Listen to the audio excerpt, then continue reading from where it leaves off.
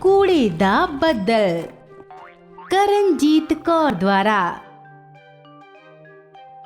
चीकू अपने दोस्तां विच सब तो दुखी लड़की सी।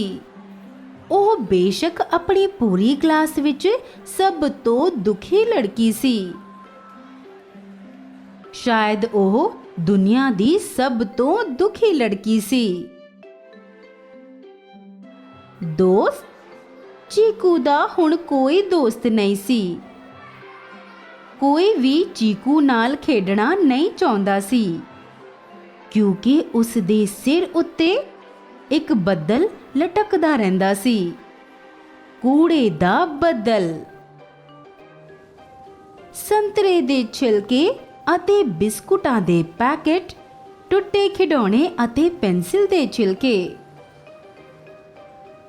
तोड़ियां मरोड़ियां प्लास्टिक दियां बोतलां अते प्लास्टिक दे रंगीन बैग, जिन्हां दे उपर मक्खियां दा झुंड भिणकदा रहिंदा सी।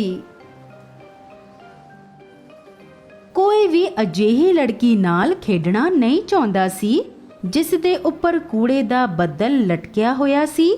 जे केले दा गलिया छिलका तुहाडे सिर उत्ते डिग जावे तां फिर छी।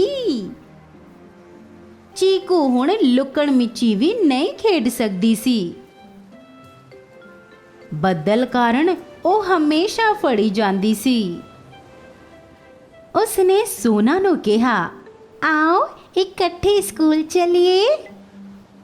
सोना उलट दिशा वल दौड़ गई। उसने स्वीटी नूं पुछया, की मैनू अपना पेंसिल अते शार्पनर देवेगी? स्वीटी ने मुंह बना लिया अते जाके आशा नाल बैठ गई। चीकू नूं अपना दोपहर दा खाना भी इकल्ली नूं ही खाना पैंदा सी। चीकू जाणदी सी कि उसनूं अपनी मां दी गल सुणनी चाहीदी सी। मां हमेशा उसनूं कूड़ा बाहर ना सुੱਟਣ ਲਈ ਕਿਹਾ ਕਰਦੀ ਸੀ। केले दे छिलके नूं सड़क ते ना सुੱਟ, खाली बिस्कुट दे पैकेट नूं कूड़ेदान विच सुੱਟ। पर चीकू ने कदे नहीं सुनी। ਉਹ बस हसदी ਅਤੇ कूड़ा फैलाਉਂਦੀ ਰਹਿੰਦੀ ਸੀ। फिर एक दिन मां ਨੂੰ बहुत गुस्सा आया।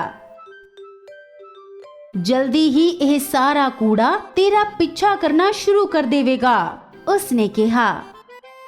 चीकू हंसण लगी।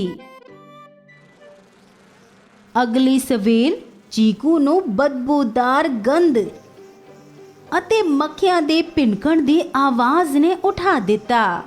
ਕੂੜੇ ਦਾ ਬੱਦਲ ਉਸਦੇ ਸਿਰ ਉੱਤੇ ਲਟਕ ਰਿਹਾ ਸੀ। ਮਾਂ ਦੇ ਕਹੇ ਸ਼ਬਦ ਸੱਚ ਹੋ ਗਏ ਸਨ ਅਤੇ ਫਿਰ ਚੀਕੂ ਹੱਸ ਨਾ ਸਕੀ। ਚੀਕੂ ਨੇ ਭੱਜਣ ਦੀ ਕੋਸ਼ਿਸ਼ ਕੀਤੀ, ਪਰ ਕੂੜੇ ਦੇ ਬੱਦਲ ਨੇ ਹਰ ਜਗ੍ਹਾ ਉਸ ਦਾ ਪਿੱਛਾ ਕੀਤਾ। चीकू ने बदल नूं साफ करन लई झाड़ू लिया, पर कूड़ा साफ ना हो सकिया।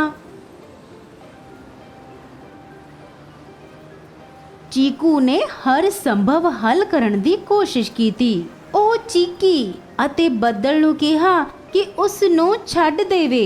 उसने बदल नूं कूड़ेदान विच सुੱਟਣ ਦੀ कोशिश भी कीती, पर कूड़े दा बदल जा ही नहीं रहा सी। इसलिए चीकू बहुत दुखी हो गई। फिर कुछ होया।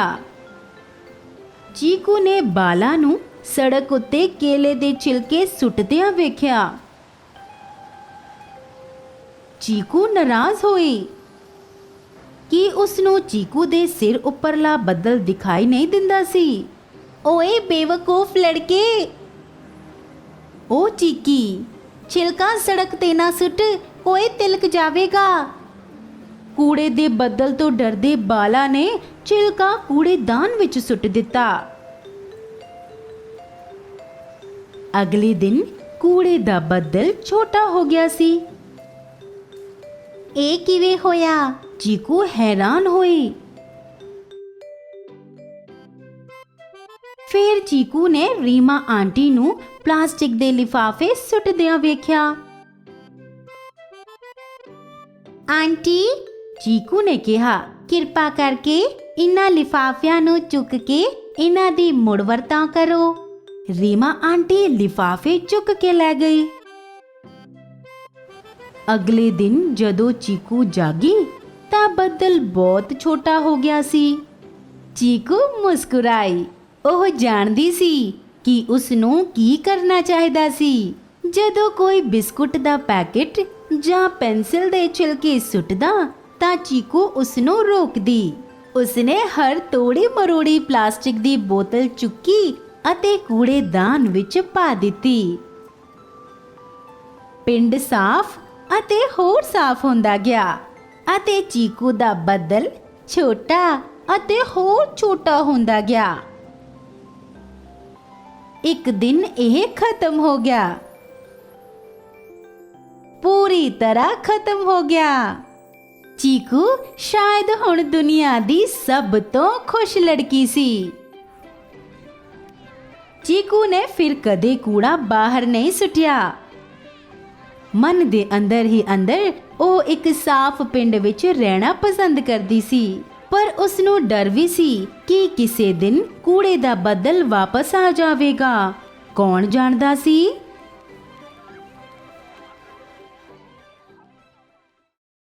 ਸੁਣੋ, ਇਸ ਵੀਡੀਓ ਨੂੰ ਪਸੰਦ ਅਤੇ ਸਾਂਝੀ ਕਰਨਾ ਨਾ ਭੁੱਲੋ। ਕਿਰਪਾ ਕਰਕੇ ਹੇਠਾਂ ਆਪਣੀ ਟਿੱਪਣੀ ਕਰੋ।